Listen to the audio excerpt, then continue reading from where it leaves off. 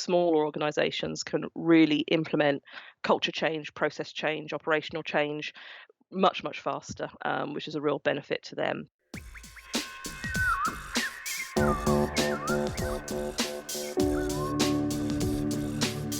My name's Peter Sumpton, and this is the Marketing Study Lab podcast. A podcast for those that are thinking, have thought and are doing, or already have a marketing qualification. But there's a little bit of something for everyone, as we cover a whole host of marketing topics. I chat to some amazing guests, each one a superstar in their own niche.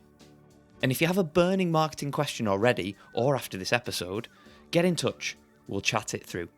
peter@marketingstudylab.co.uk, or find me on LinkedIn, the link is in the show notes.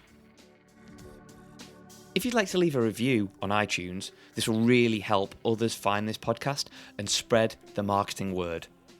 Now let's get on with today's episode.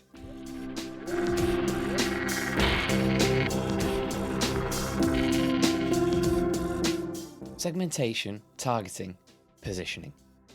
How can you create a marketing strategy without this? Truth is, you can't. So let's discuss that later. But first, we're going to have a chat with Teresa Gandy, the customer survey and customer experience expert at Clarity CX.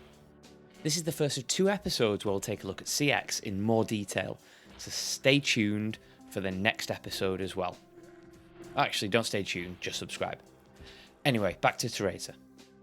Starting out as a business administrator allowed Teresa to really focus on what matters, viewing and solving other people's issues. Fast forward a few years, and now Teresa helps to create great customer experiences and improve businesses' workflows, especially for smaller businesses, bringing big business practice into the smaller business world and helping them to thrive. But there was only one question to start with here. Teresa, what is your worst customer experience? Well, I think luckily I haven't had many terrible customer experiences, but there's one that sticks in my mind from when I was in my late teens and I went to a Chinese restaurant in London, and it was absolutely ram-packed in there. You know, everyone was squished into every tiny little corner you could think of, and I was constantly getting knocked by the waiter as he walked past with various dishes and things like that, which, you know, it was a bit annoying, but hey ho. But then inevitably what happened was one of the dishes spilled on my brand new, pale coloured and not inexpensive coat hanging on the back of the chair. And of course the food was bright orange, you know. Oh, yeah, of course, yes. You know, it couldn't have been anything else. And so obviously I was a bit miffed. And so he trots off to get the manager. I showed the manager, you know, and this was a not insignificant orange stain down my beige coloured coat. And her response to me was, "Oh, my cousin runs a dry cleaners down the road. Do you want directions?" And let's be clear, this wasn't for them to pay to get it fixed. This was just to send me where to get it cleaned. You know, there was absolutely no, remorse or apology, anything like that. It was purely a case of, yeah, well, you know, it's what happens, isn't it? You can go down there and get it cleaned if you want. I just love the fact, 1, keep it in the family, 2, let's make a little bit more money out of this person, which is going to be completely disgruntled. I know, and I sat there, and you know, I mean, I just laughed in the end because it was just like really, it was so crazy, so unexpected, that sort of reaction, that it was just like, what? They probably thought, we're not going to turn this round. Like, how can we make the best out of this bad situation? I know. Yeah, and I think about it sort of, you know, in subsequent years, and I think, do you know what? It's because they were in a busy part of London, quite a touristy part of London, and they had absolutely no inclination for repeat business. Yeah. It didn't matter because they had such heavy footfall that, that was just something they just didn't care about. They didn't care about retaining customers. Brilliant. At the time, I was just like, God damn it, my new coat. But you know, so that one kind of makes me chuckle, but it's the epitome of not the sort of response you want when you've turned up at a restaurant and totally through their error have caused you more expense. And more things. And to be honest, I wouldn't have paid for the meal, but somebody else was paying for Oh, it. okay. And they were like, "Oh, no, no, it's fine," because there was about 8 of us there. And, I was sort of like, "Well, just don't pay for mine." Yeah, yeah, yeah. The coat's eating half of it anyway, so Oh, exactly, yeah, indeed. So, yeah, that was saying I don't know if that's necessarily the worst, but it's the one that always sticks in my mind. sure. Moving on to more positive customer experiences. Can you tell us your story? What's brought you to this stage of your career in customer survey, in customer experience at Clarity CX?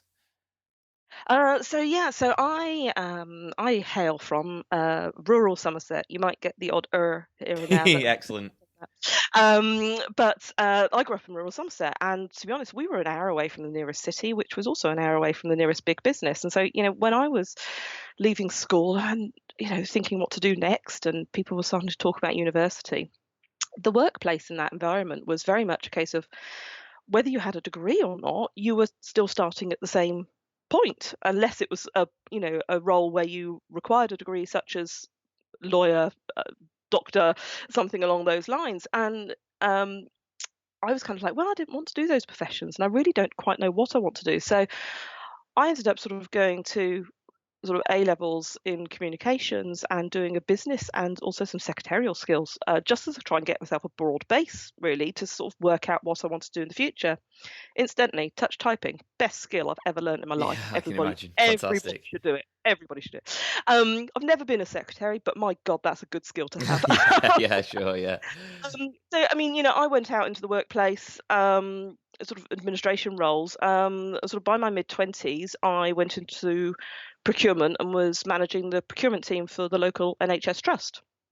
Um, and then was there for a few years. And after a spell traveling, we relocated to Berkshire.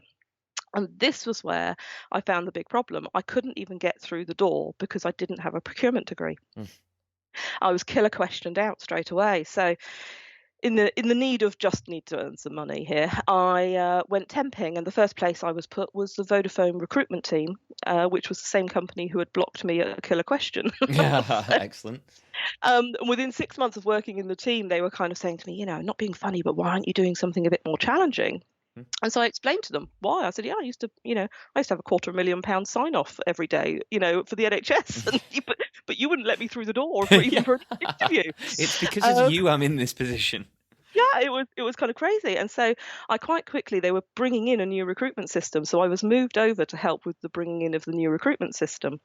And this was also a time that lots of things were starting to become self-service tools through the workplace, as opposed to forms that get handed in. And so I started working in the sort of system improvement for HR. And invariably, a lot of this was about the user experience and making it very easy for people to be able to complete information online. And from there, I then progressed through to process improvement, and then finally specialized in employee experience. And the experience side was very much around, I was working for the global operation by this point, and we've got 200,000 internal customers when you're in the HR function, and it was, how do we deliver a great experience to our internal customers? Because the what a lot of people tend to forget is around, if your employees aren't raving about you, then you're losing a lot of customers as well.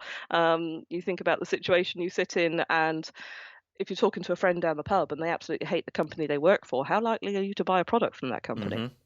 Hmm. So your employees are always your number one customer, and this was something that hadn't really been dealt with in the corporate world. They do employee engagement, how engaged and how sort of well are they involved in their role, but they don't think about the experience they have as an employee of that company.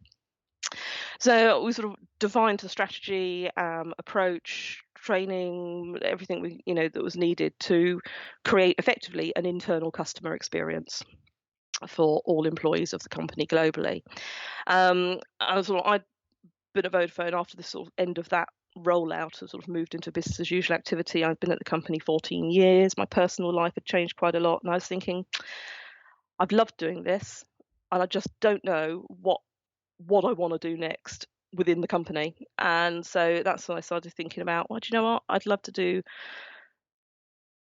something with smaller businesses. Hmm. taking the sort of years of experience and knowledge that I'd gained in some sort of world-leading environments, and actually being able to put that to the use for the benefit of smaller businesses.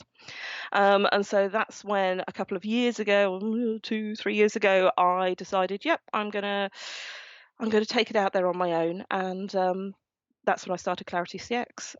Ironically, when I started, survey work wasn't something I did. I'd been in corporate for a long time. I just assumed everybody measured everything, and Yeah.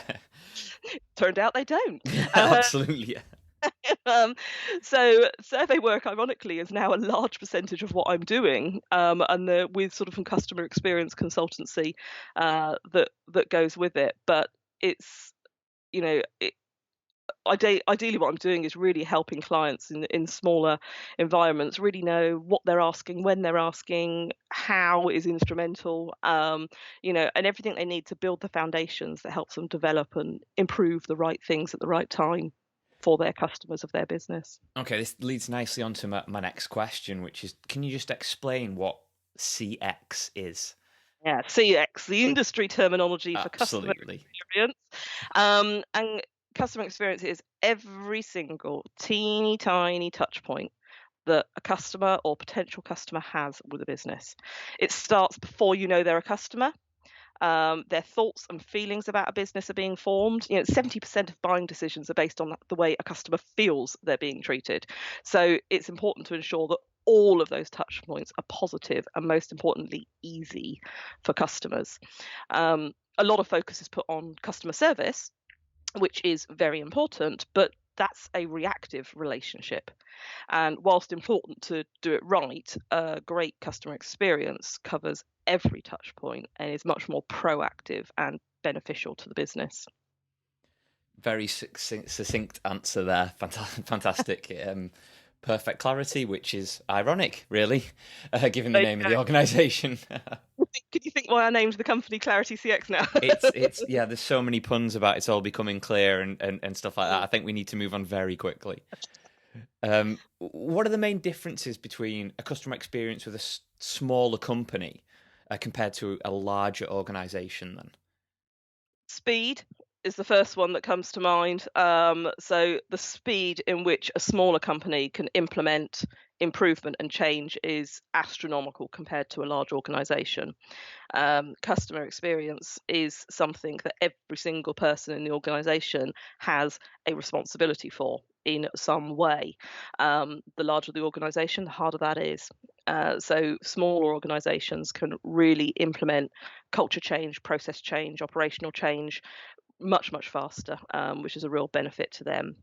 They just need to know what to do. The relationships are much more personal with a smaller business. The better you know your customers, the easier it is to anticipate and then exceed their expectations.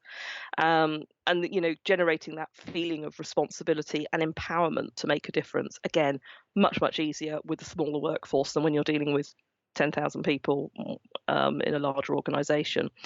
The flip side, there's always less budget.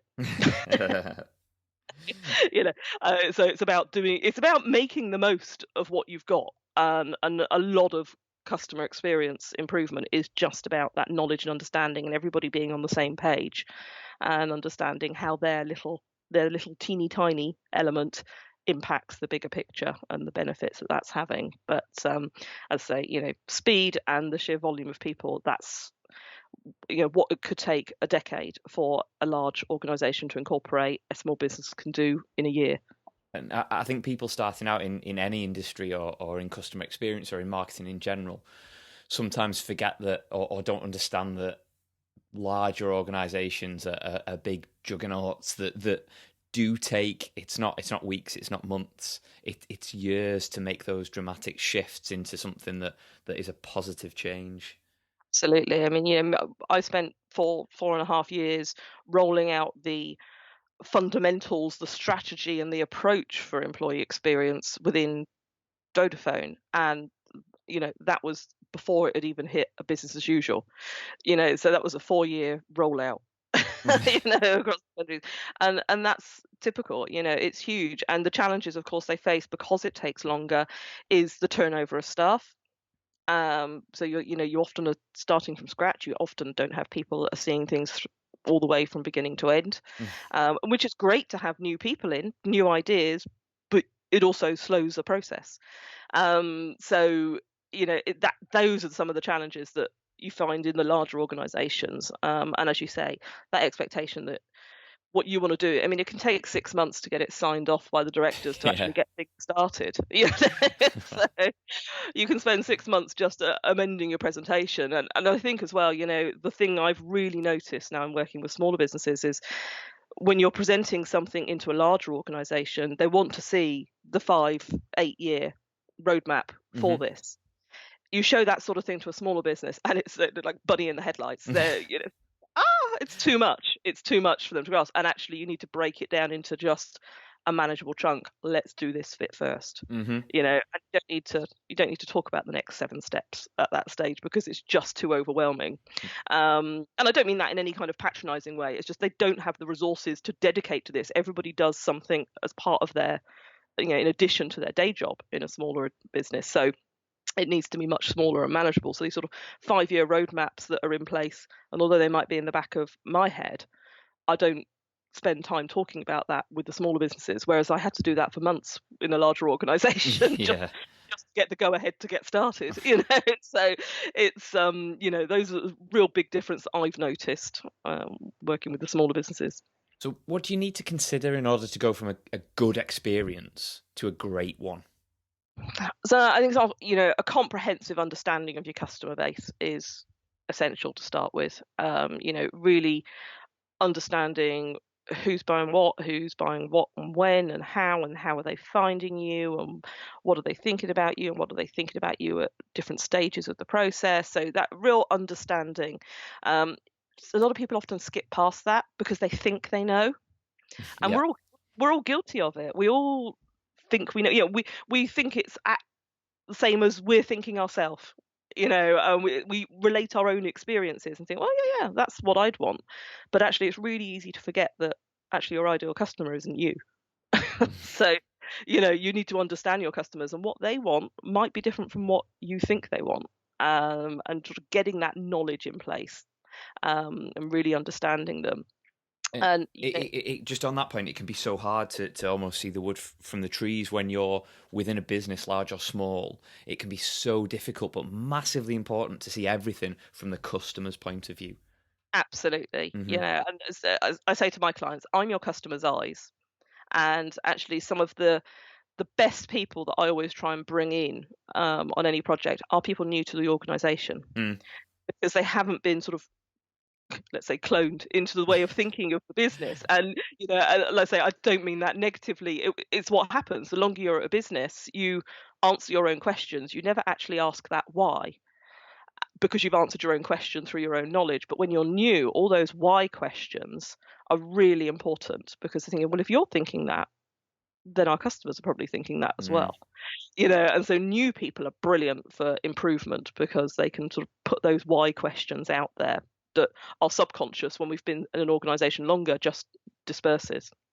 uh, and that's why, equally, when you're thinking about going from a good experience to a great one, the team involved all need to be empowered to make change and clearly understand what their role and their responsibilities in customer and potential customer relationships are.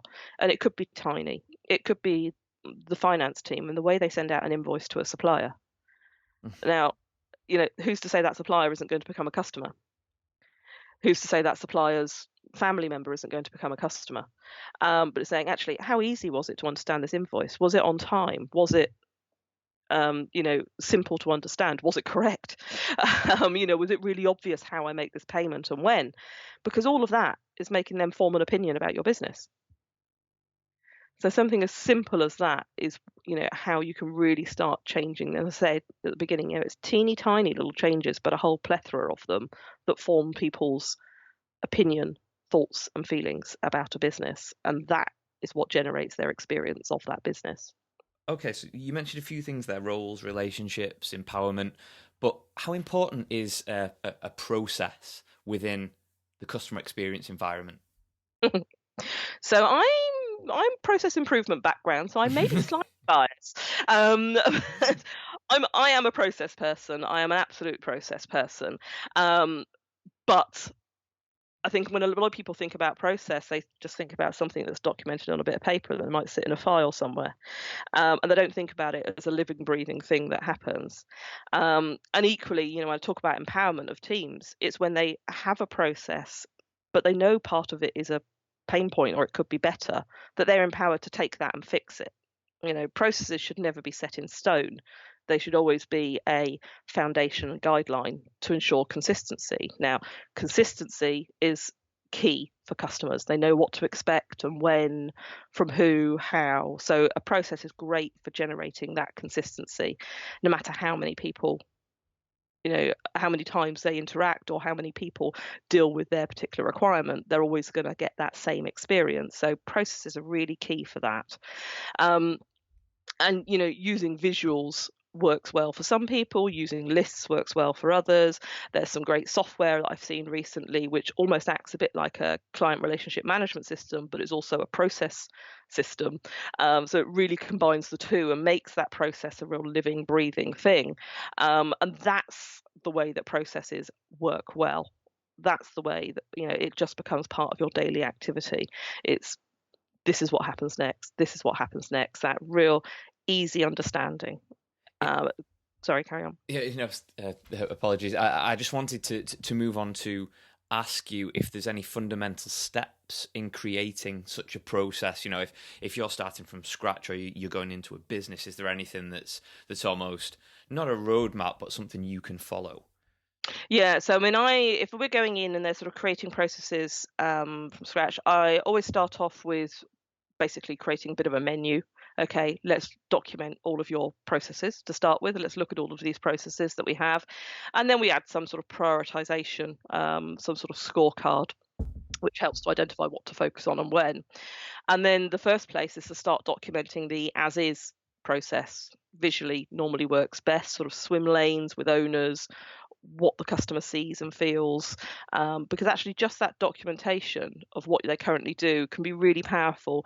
They see it and go, well, internally that made complete sense that it went from there to there to there to there, but actually when we look at the customer swim lane, they've got 4 different people contacting them from 4 different places. Now that's confusing, and they just hadn't seen it like that before. And so just that visual documentation can immediately start developing improvements for the to be process.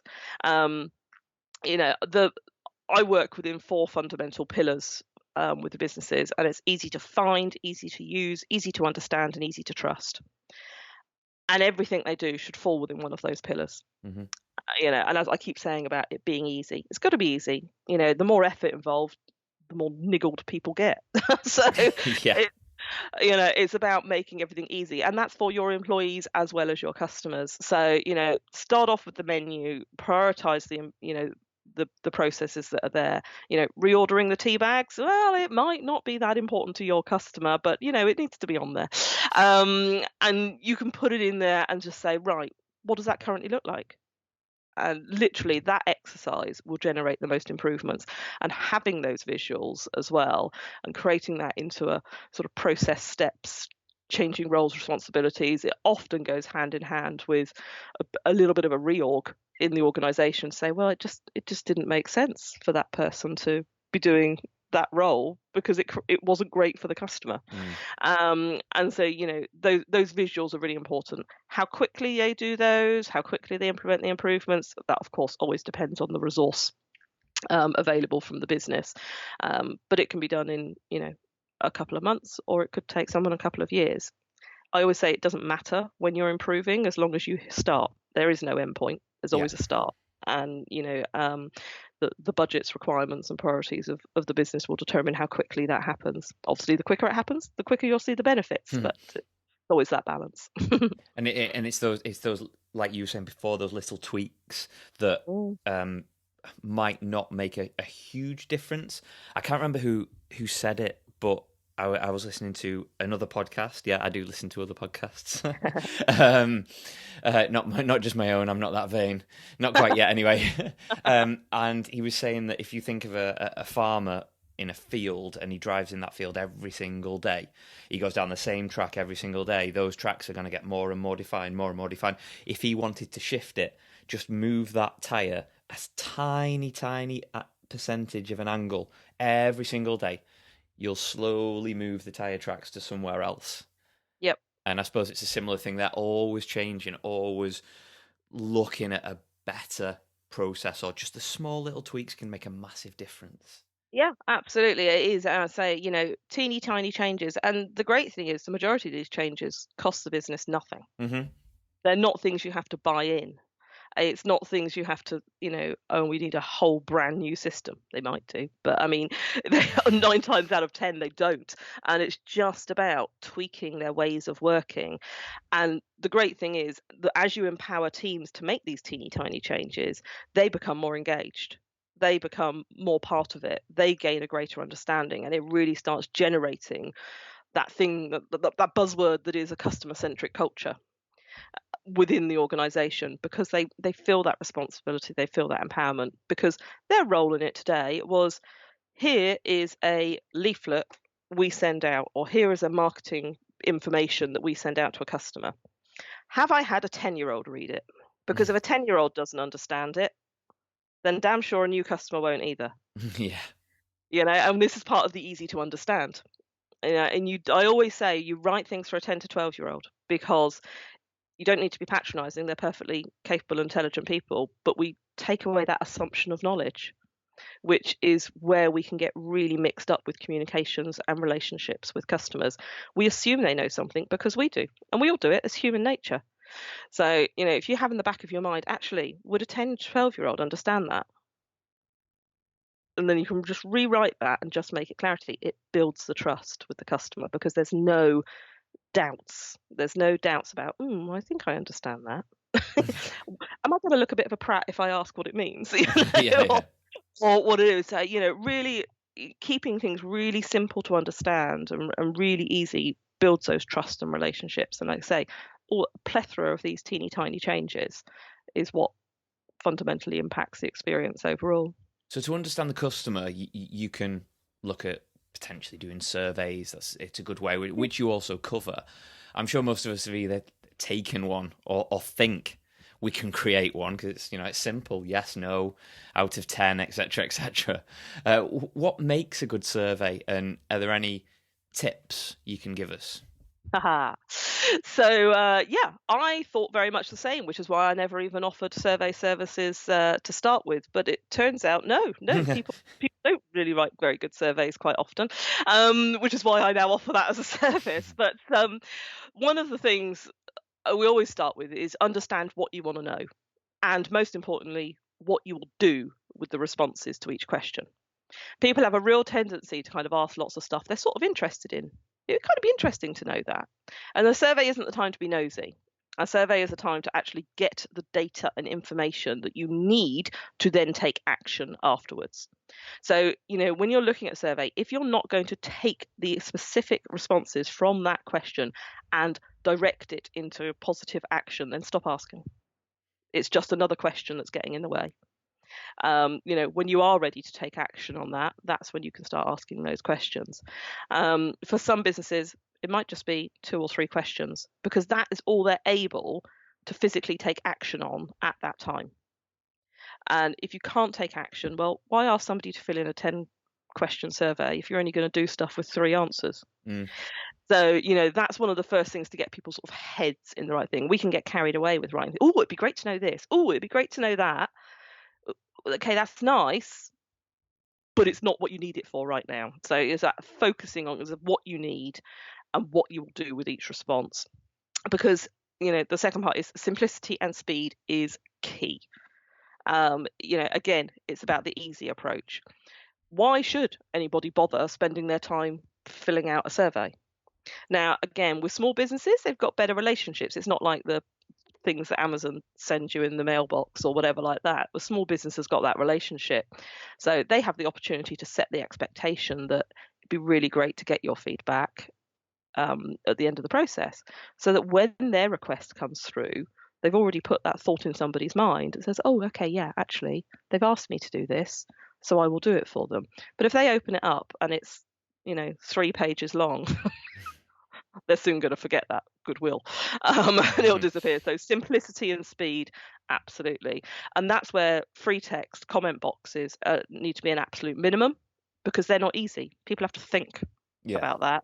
So, your multiple choice type questions, as many of those as possible, rather than free text, is much better. But always include one free text option at the end, because there's nothing more frustrating than wanting to share something and not having the opportunity to. So that's another tip for keeping it simple and quick as well.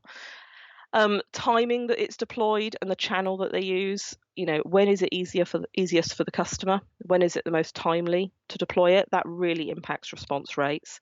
And if you need more in depth, so something longer, bigger, a survey, or something that's going to be a bit more time consuming, or perhaps it's cold contact, it's not existing clients you've got a relationship with, then you have to incentivize. Those are the ones that you start seeing, oh, £50 wine voucher or Mm. something if you complete this. And and it's because it just got too hard for anybody to do it out of goodwill. So they have to incentivize. But for most businesses, with their customer feedback, purely positioning during their relationship with them, making sure it's sent at an appropriate time, keeping it short, simple, and relevant. And then finally, sharing their results with their customer base so people actually feel like they've made a difference. Say, oh, you told us X and we're now going to implement Y. Communicating that out to existing customers can have a really positive effect. Thinking, oh, I didn't just blindly fill this form in and get fed up with it. I can actually see what they're doing with it. I feel like I'm making a difference. I feel I've got a connection with this company now. Mhm. So, that sharing information. You might not want to share all of it, obviously, but Mhm. what you're sharing is really key. So, a lot of people pick up a survey and think, oh, we want to know this, we want to know this, we want to know that, but they're not thinking about, again, through the customer's eyes. What do they see? How easy is it? Why should I bother? And positioning that in there, and that's key for responses. And again, that kind of leads us very neatly back to the customer experience and learning from the surveys and implementing or actioning on what your customers are saying. So, speaking of surveys, tenuously, I love to try and get a tenuous link in. I think listeners are getting a bit bored of that. But anyway, speaking of surveys, Teresa, are you ready for some quick fire questions? Yeah, that was a really tenuous link, but yeah, go for it. Yeah, thanks. Yeah. I should really do those post production, so no one knows about them. Anyway, okay, straight into it. Name one must-read business book. I don't read them. Okay, It is not my learning style. Something cool. I learn in later life. Reading books is not my learning style. It just doesn't sink in. So what I tend to do is seek out others who I respect or I can relate to, and I also use online options, because I've found, for me, I absorb so much more than if I am sitting and reading a book. So I don't have a recommendation of a business book. For people whose learning style it is, absolutely go seek them out, but also recognize what your learning style is, because that's what will really sink in and make a difference for you. I think I'm going to change that question because I'm of a similar mindset and I think it's quite restrictive. Anyway, what was the last thing you Googled? um, Kids laser tag parties in Berkshire. Yes, love it. We've never had that answer before. There Brilliant. you go. There you go. What is your most used app at the moment? My business bank account and Tesco food ordering. Cool, love it. What would be your one tip for people who are studying at the moment? Do you know what? I think, as we just said, find your learning style Mm, is really important. Find the one that works for you and seek out most of what you need to learn via that channel. It will make such a difference. I felt like a square peg in a round hole, which is probably why I wasn't that bothered about not going to university, because it wasn't my learning style. And at that time, the learning options were very, very restricted. Now you've got loads of options available to you, and it's very, very different. But find that learning style that really works for you. That's a really good. Complete massive advocate of that. And when people start a qualification, any Mm, qualification, but specifically marketing, I always say it's not just about books. It doesn't have to be about books. It can be a whole host of things. That books are really good for the theoretical and a good place to start. But again, if it's not your bag, understand where you need to learn or what you need to learn and go and find it somewhere else. Bang on. absolutely, Love that. absolutely. And I think, when I was doing this, it was 20, 20 something years Yeah, ago. it's okay. We'll bleep that. We There, usually bleep there was swearing, no but we'll bleep that. there was no internet, or that if it was nothing like you see now. So I mean, with the resources that students have at their fingertips now, absolutely go. I couldn't agree more. Go find that. You have you have books as a framework, and they absolutely have the right place. And if that is what really sinks in with you, my husband is the complete opposite. He'll read a book and go and pass an exam at 97%. I would read that book and about 3 pages would stick in my head. Yeah. And it's really recognise and find that learning style. It will make a huge difference. Okay, final question. You don't know the answer to a question. Do you phone a friend, ask the audience, or 50-50? Phone a friend Yeah, boom. every time. Those relationships are brilliant, and as a relatively new business owner for myself, my God, you need those relationships. Mm-hmm. Build phone a friend, pick up on people just to bash some ideas off of sometimes. Mm, Yeah, absolutely. Phone a friend. but very true. If people want to find out more about Clarity CX or get in touch with you, where should they go? Well, my website is always a good place to start. So it's claritycx.co.uk. Or equally, happy to have a chat with people about anything related with customer experience surveys and bits and pieces. So people can contact me at Teresa, Teresa, at claritycx.co.uk. Please get in touch. Happy to chat. Teresa, it's been wonderful, amazing chatting to you about all things CX and a little bit of surveys. And I think we've had a giggle along the way. So thank you so much for joining me. Thank you. It's been good. It's been good. I look forward to hearing the outputs, and I hope it's been beneficial for those that are listening as well.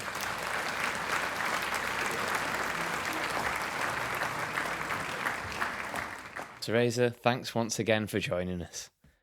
Here are my takeaways from that customer experience filled chat.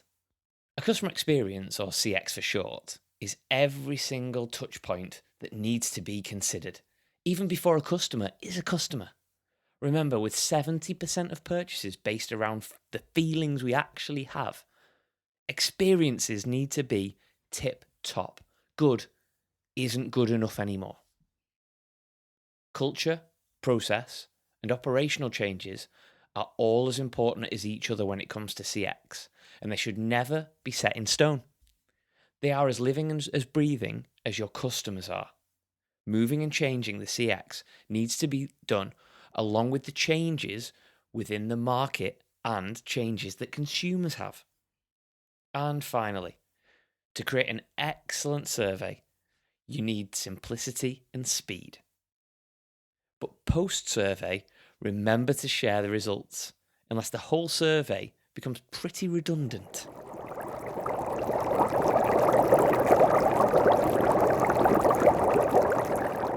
And finally, on this week's episode, we're going to look at STP, segmentation, targeting, and positioning.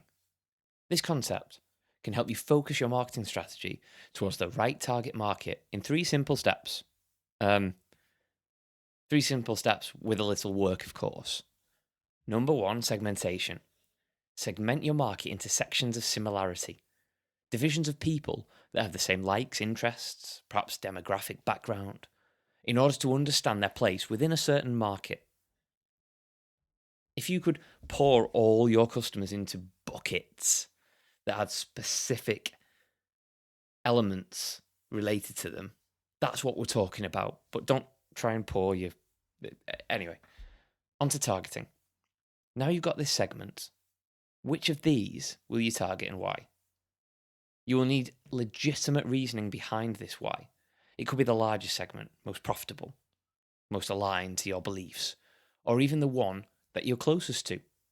Ideally, it'll pretty much be all of the above, but sometimes we have to make the decisions and decide which segment amongst all others, is the right one for a limited number of reasons, but legitimate reasons. So we've segmented the market, we know who we're going to target, now we need to position ourselves. But how will you position yourself in order to be viewed as the right solution to your target market's problems? You need to look at features and benefits and what you're going to highlight. Remember to consider competition as well, as you'll need to position yourself differently in order to, well, differentiate your product, service, software, or company from others. The positioning is massively important.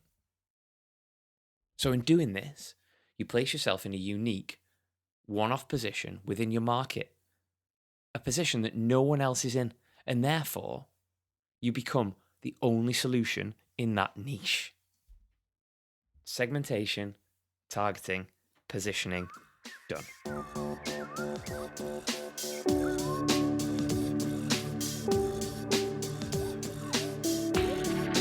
Thank you so much for joining us today on Marketing Study Lab. It really means the world that you're listening to this out there. And hopefully I've provided you some value. If you're looking to know more about what Marketing Study Lab does and is about, go to marketingstudylab.co.uk or get in touch with me personally, LinkedIn, Facebook, Twitter, or feel free to email me at peter@marketingstudylab.co.uk. Happy marketing.